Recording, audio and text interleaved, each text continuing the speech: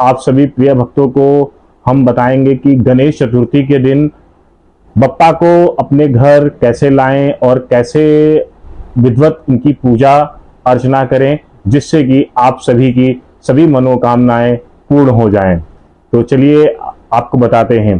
तो सबसे पहले आप ध्यान रखिएगा कि इको फ्रेंडली या मिट्टी के बने हुए गणेश जी की प्रतिमा को आपको अपने घर लाना है।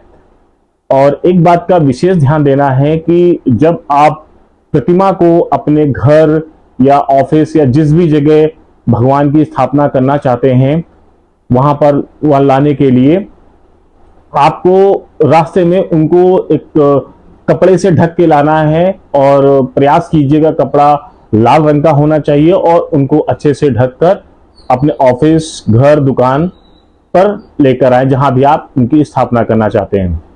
चलिए, जैसे कि ये आप देख रहे हैं, ये बाबा को बप्पा जी हैं हमारे साथ।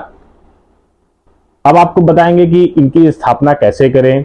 तो सबसे पहले आपको करना क्या है, एक चौकी पर लाल कपड़ा बिछाना है और उसको चारों तरफ कलावे से अच्छे से बांध देना है। उसके बाद आपको जिस स्थान पर बप्पा को स्थापित करना है वहां पे चावल अक्षत को अच्छे से हल्दी मिलाकर उसको रखें और उसके ऊपर बप्पा की स्थापना करें।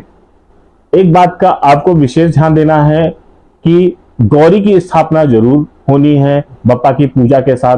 तो इसके लिए हम क्या करेंगे, मूंगी फल की गौरी का रूप बनाकर और बप्पा के साथ उनकी पूजा करेंगे। अब जहां पे बप्पा की स्थापना होती है वहां पे नवग्रह कैसे हम बनाएं, क्योंकि सभी तो घर पे नवग्रह नहीं बना सकते हैं अक्षत के द्वारा, दालों के द्वारा। तो हम आपको करना क्या है, आपको मूंगी फल लेना है जिसको सुपारी भी बोलते हैं। सुपारी को एक सुपारी कटोरी में आपको अक्षत ले लेना। अक्षत में चारों ओर 9 ग्रह बना के 8 सुपारियों को चारों तरफ ऐसे से रख देनी है और बीच में सूर्य देवता का ग्रह बनाकर आपको रखना है। इससे ये हो गया, आपके 9 ग्रहों की स्थापना हो गई। अब आपको करना क्या है, कलश की स्थापना करनी है। हाँ, एक बात का विशेष ध्यान देना है कि आपको कलश बप्पा के दाहिनी ओर रखना है, क्योंकि प्रायः लोग गलत कर देते हैं कलश रखने में। तो आपको कलश की जो स्थापना है वो बप्पा के दाहिनी ओर करनी है। और आपको ये ध्यान देना है कि बप्पा का जनेऊ, जो आप बप्पा का जनेऊ अर्पित करेंगे वो भी दाहिने कंधे पर होना चाहिए। इस तरह से आप बप्पा की मूर्ति की स्थापना करें और बप्पा को पान और सुपारी चढ़ाएं और जो भी बप्पा के लिए आप अपने भाव से अर्पित करना चाहते हैं वो आप अपने स्वार्थ अनुसार कर सकते हैं।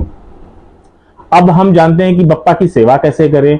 तो जैसे कि आपके जीवन में नियम है, उसी तरह से आपको बप्पा के लिए भी नियम रखना हैगा।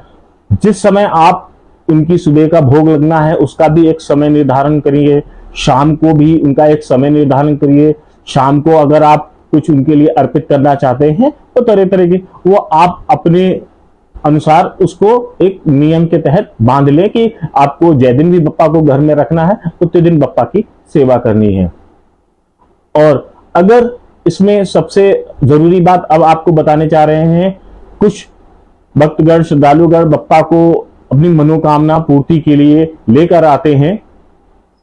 उसके लिए करना क्या है, आपको 5 गांठ की दूब जिसको कुछ लोग घास कहते हैं, दूब जिसमें 5 गांठें होती हैं, वो 5 गांठें आपको बप्पा पर अर्पित करना है सुबह सुबह।